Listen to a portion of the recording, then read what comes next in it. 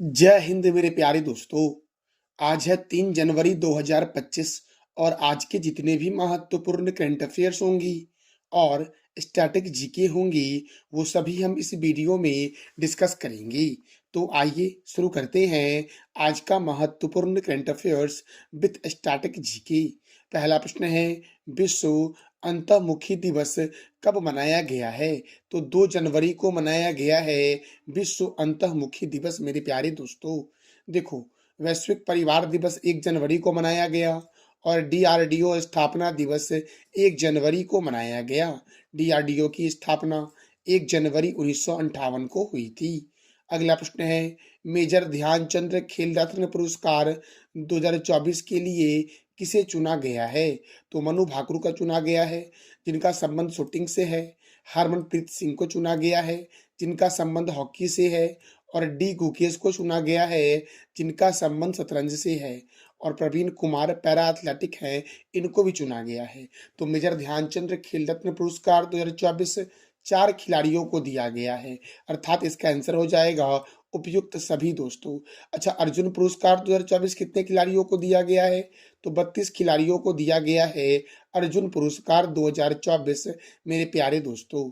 तो मेजर ध्यानचंद खेल रत्न पुरस्कार 2024 4 व्यक्ति को दिया गया है, मनु भाकर को, हरमनप्रीत सिंह को, डी गुकेश को, प्रवीण कुमार को। मेरे प्यारे दोस्तों अब देखो, कुछ महत्वपूर्ण पुरस्कार है जो किस क्षेत्र में दिया जाता है और कब इसकी शुरुआत हुई थी वो भी हम जान लेते हैं।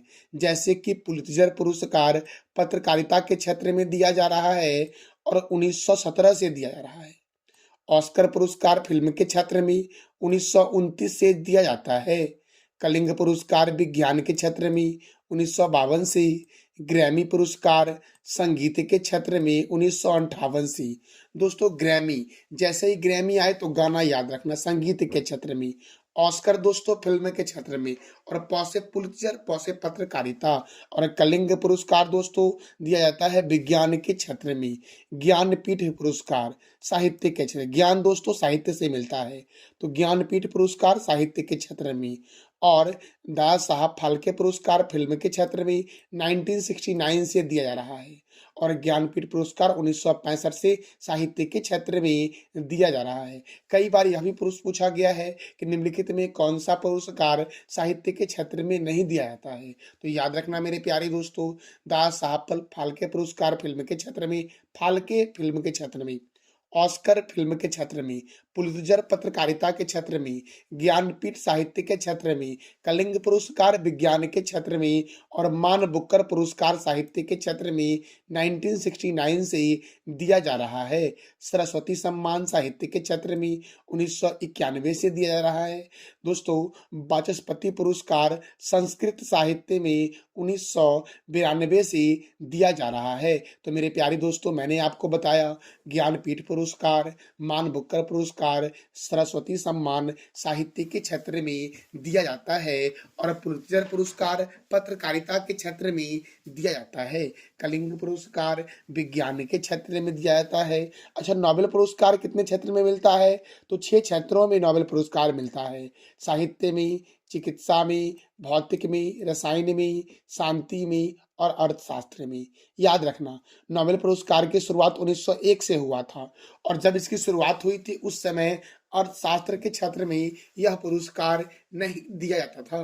पहली बार 1969 में अर्थशास्त्र का नोबेल पुरस्कार दिया गया था।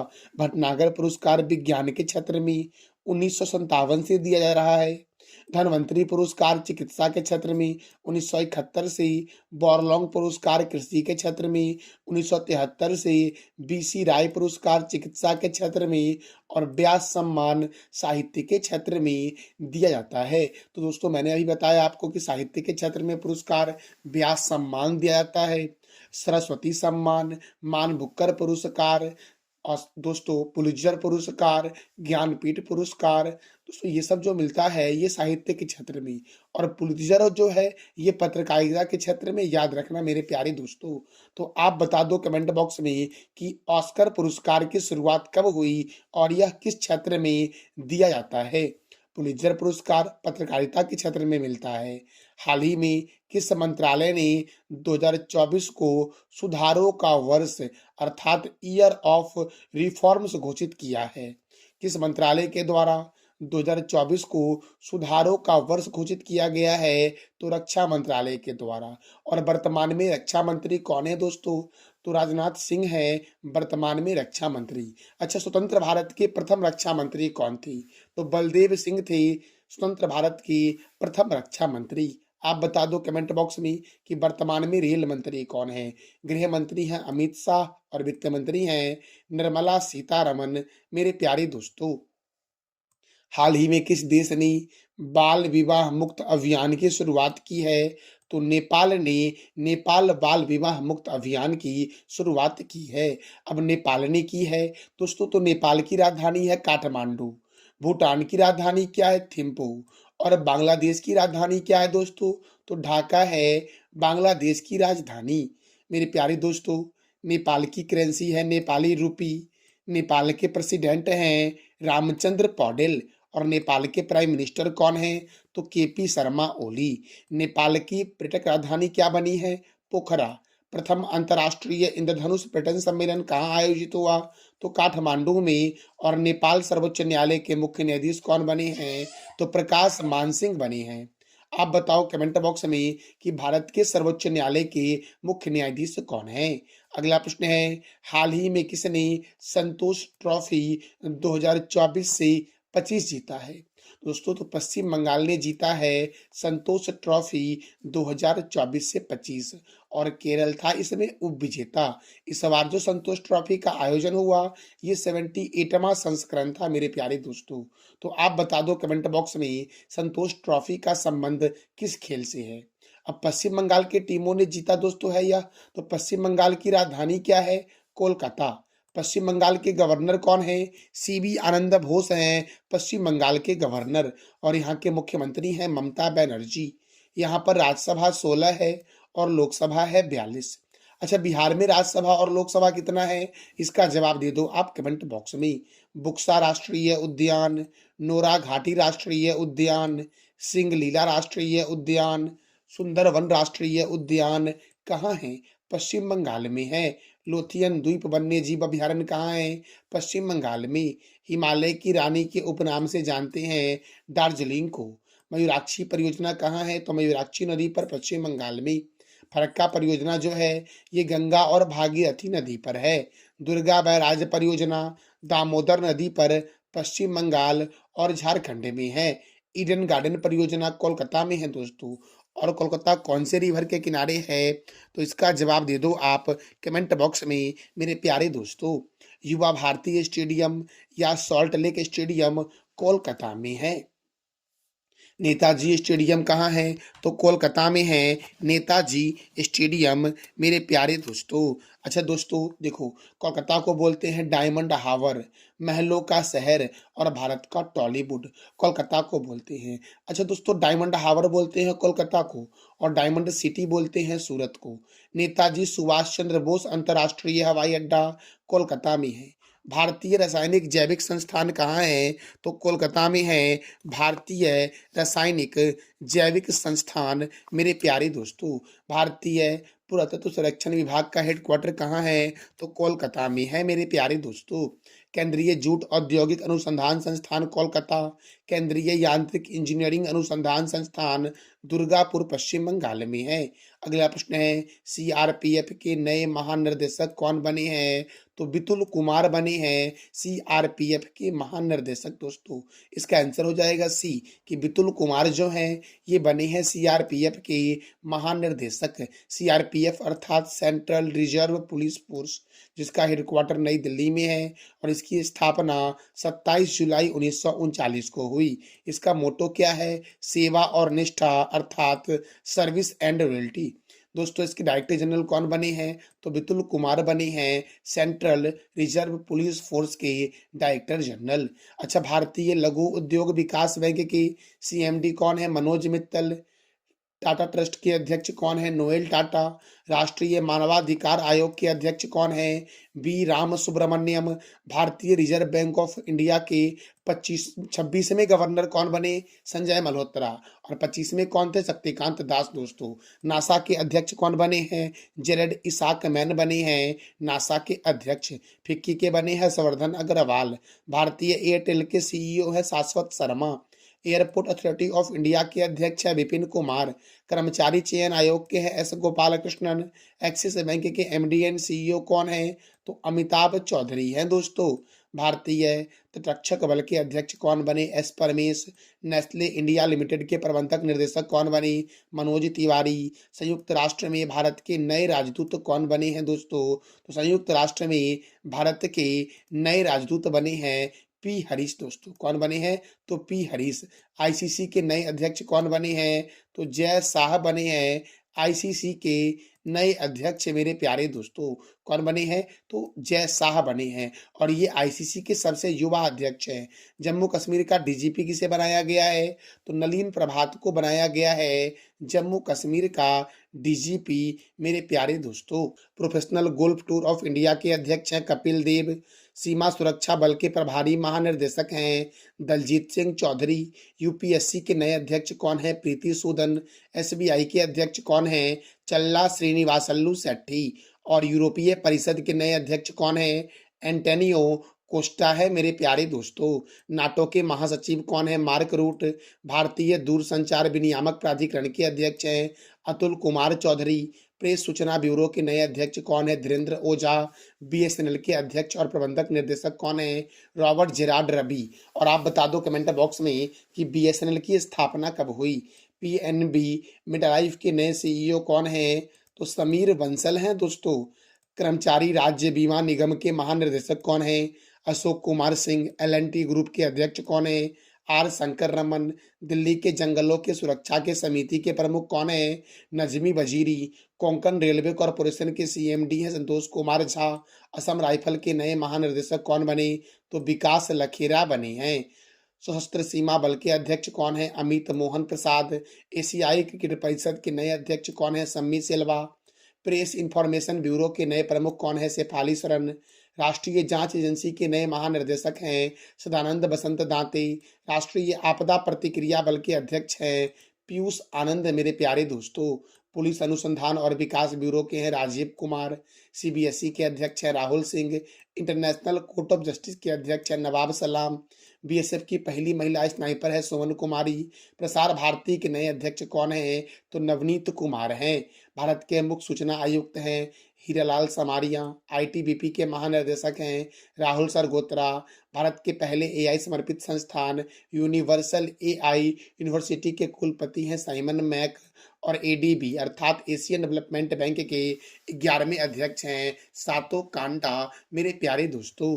अगला प्रश्न है किस देश में एक नया पर्यटक कर लागू हुआ है? तो रूस में दोस्तों एक नया पर्यटक कर लागू किया गया है। अब रूस में किया गया है तो रूस की राजधानी है मॉस्को।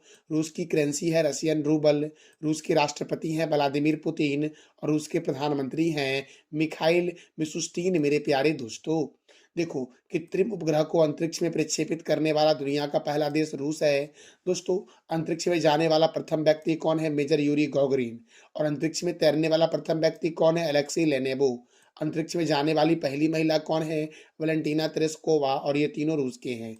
रूस के राष्ट्रपति रहते हैं क्रेमलिन में। रूस का राष्ट्रीय चिन्ह है डबल हेडेड ईगल। क्षेत्रफल की दृष्टि से दुनिया का सबसे बड़ा देश कौन है? तो रसिया है मेरे प्यारे दोस्तों। दुनिया का सबसे लंबा नदी का मुहाना ओब नदी का मुहाना है। सबसे बड़ी झील दुनिया की कैस्पियन सागर झील है। सबसे गहरी झील बैकाल झील है। रूस के संसद का नाम ड्यूमा है। और दोस्तों इजराइल के संसद का नाम क्या है? तो इसका जवाब दे दो आप कमेंट बॉक्स में। कैस्पियन सागर झील जो है ये रूस, कजाकिस्तान, तुर्कमेनिस्तान, अजरबैजान और ईरान में फैला है। ओनेगा झील कहाँ है दोस्तों? तो रूस में है। अगला प्रश्न है कहाँ पहला भारत निर्मित सर्जिकल रोबोट लॉन्च किया गया है? तो महाराष्ट्र में दोस्तों भारत के द्वारा बनाया गया पहला सर्जिकल रोबोट लॉन्च किया गया है। और महाराष्ट्र के पुणे की Nobel hospital and research centre में पहला made in India surgical robot स्थापित किया गया है। तो अब महाराष्ट्र के पुणे में किया गया है, तो पुणे में ही है नीरज चोपड़ा स्टेडियम। महाराष्ट्र की राजधानी क्या है? मुंबई। महाराष्ट्र के गवर्नर कौन है? सीपी राधाकृष्णन। और महाराष्ट्र के मुख्यमंत्री कौन है? देवेंद्र फडणवीस। यहाँ पर राज्यसभा कौन है दोस्तों? कितना है? 19। और लोकसभा है 48। महाराष्ट्र को बोलते हैं 7 टापुओं का नगर, भारत का प्रवेश द्वार और भारत का हॉलीवुड। और दोस्तों देखो, महाराष्ट्र के मुंबई को क्या बोलते हैं? 7 टापुओं का नगर, भारत का प्रवेश द्वार और भारत का हॉलीवुड। और भारत का टॉलीवुड पश्चिम बंगाल की राजधानी कोलकाता को कहते हैं। Tata institute of fundamental research Mumbai में है। भारतीय भूचुंबकीय संस्थान कहाँ है? तो मुंबई में है मेरे प्यारे दोस्तों। और भारत का हॉलीवुड किसे कहते हैं? मुंबई को। छत्रपति शिवाजी अंतर्राष्ट्रीय हवाई अड्डा मुंबई में है। नेशनल केमिकल लेबोरेटरी पुणे में है। भारतीय मौसम वेधशाला पुणे में है। और भाभा परमाणु अनुसंधान केंद्र मुंबई में है। रिजर्व बैंक ऑफ इंडिया का हेडक्वार्टर कहाँ है? मुंबई में। रिजर्व बैंक ऑफ इंडिया की स्थापना 1 अप्रैल 1935 को हुई। रिजर्व बैंक ऑफ इंडिया के प्रथम गवर्नर हैं ऑसबर्न स्मिथ। और प्रथम भारतीय गवर्नर हैं सीडी देशमुख अर्थात चिंतामणि द्वारिकानाथ देशमुख। आरबीआई का राष्ट्रीयकरण कब हुआ? 1949 में। और आरबीआई के वर्तमान में गवर्नर हैं Sanjay Malhotra. State bank of India का हेडक्वार्टर मुंबई में है। इसके चेयरमैन है चल्ला श्रीनिवासलू शेट्टी। और इसकी स्थापना 1 जनवरी 1955 को हुई। SEBI security and exchange board of India का हेडक्वार्टर कहाँ है? मुंबई में। इसके चेयरमैन कौन है? माधवीपुरी बुच। और इसकी स्थापना 12 अप्रैल 1992 को हुई। NABARD national bank for agriculture and rural development, इसका हेडक्वार्टर मुंबई में है। इसकी स्थापना 12 जुलाई 1982 को हुई। और इसके वर्तमान में चेयरमैन हैं साजी केवी। एलआईसी अर्थात लाइफ इंश्योरेंस कॉरपोरेशन का हेडक्वार्टर मुंबई में है। इसकी स्थापना 1 सितंबर 1956 को हुई। और इसके चेयरमैन कौन है? तो सिद्धार्थ मोहंती हैं मेरे प्यारे दोस्तों। बीसीसीआई अर्थात board of control for cricket in India, इसका हेडक्वार्टर मुंबई में है। इसकी स्थापना 1928 में हुई। इसके प्रेसिडेंट रोजर बिन्नी हैं। और बाबा साहब अंबेडकर अंतर्राष्ट्रीय हवाई अड्डा कहाँ है? तो महाराष्ट्र के नागपुर में है। अगला प्रश्न है, किस आईआईटी ने दर्द रहित इंजेक्शन के लिए सुई रहित शॉक सिरिंज विकसित की है? तो आईआईटी बॉम्बे ने दोस्तों दर्द रहित इंजेक्शन के लिए सुई रहित शॉक सिरिंज विकसित किया है। किसने? तो आईआईटी बॉम्बे ने। अगला प्रश्न है, वर्ष 2024 में किस राज्य में अपराध में 20% की वृद्धि दर्ज की गई है? तो तेलंगाना में दोस्तों। तेलंगाना राज्य के अपराध में 22%, तो सॉरी दोस्तों मैंने 20 बोल दिया गलती से, 22% वृद्धि दर्ज की गई है। याद रखना मेरे प्यारे दोस्तों, कितना परसेंट? तो 22% मेरे प्यारे दोस्तों। अब तेलंगाना की राजधानी क्या है? हैदराबाद। तेलंगाना के गवर्नर कौन है? जिष्णु देव वर्मा। तेलंगाना के मुख्यमंत्री कौन है? अनुमुला रेवंत रेड्डी। यहाँ पर दोस्तों राज्यसभा कितना है? 7। और लोकसभा कितना है? 17। और तेलंगाना जो है आंध्र प्रदेश से अलग होकर के स्थापना के अकॉर्डिंग भारत का 29वां राज्य 2 जून 2014 को बना था। पखाल वन्य जीव अभ्यारण्य, कवाल वन्य जीव अभ्यारण्य तेलंगाना में है। अमराबाद बाघ रिजर्व, कसु ब्रह्मानंद रेड्डी राष्ट्रीय उद्यान तेलंगाना में है। चार मीनार हैदराबाद में है, जिसका निर्माण कुली कुतुब शाह दोस्तों, कुली कुतुब शाह ने करवाया था। हुसैन सागर झील, हिमायत सागर और सरोवर नगर झील हैदराबाद में है। राजीव गांधी अंतर्राष्ट्रीय क्रिकेट स्टेडियम कहाँ है? हैदराबाद में। और हैदराबाद कौन से रिवर के किनारे है? ये आप बता दो कमेंट बॉक्स में। पाक कला का शहर हैदराबाद को कहते हैं। कोंडा पोचंपा सागर परियोजना गोदावरी नदी पर है। कालेश्वरम परियोजना गोदावरी नदी पर है। समकाका सागर सिंचाई परियोजना गोदावरी नदी पर है। नागार्जुन सागर बांध कृष्णा रिवर पर तेलंगाना में है। दोस्तों तो ये था हमारा आज का महत्वपूर्ण current affairs with static GK. जानकारी कैसी लगी इसका फीडबैक आप अवश्य कमेंट बॉक्स के सेशन में देना। कल मैंने आपसे 3 प्रश्न किया था कि भारत का पहला समुद्री कांच पुल कहाँ बना है? कन्याकुमारी में। विश्व रैपिड शतरंज का खिताब किसने जीता है? कुनेरू हम्पी ने। और 18वां हाथी महोत्सव कहाँ आयोजित हुआ? तो नेपाल के चितवन में मेरे प्यारे दोस्तों। आज का आपका 3 प्रश्न है, अंतर्राष्ट्रीय गुब्बारा महोत्सव कहाँ मनाया गया है? संतोष ट्रॉफी 2024 से 25 किसने जीता है? और चिदम्बरम स्टेडियम कहाँ है? तो इस तीनों प्रश्नों का जवाब देना है आपको कमेंट बॉक्स में। दोस्तों, ये था हमारा आज का महत्वपूर्ण current affairs with static GK. इसका पीडीएफ आपको टेलीग्राम पे मिलेगा, जिसका लिंक वीडियो के डिस्क्रिप्शन बॉक्स में है। थैंक यू सो मच मेरे प्यारे दोस्तों।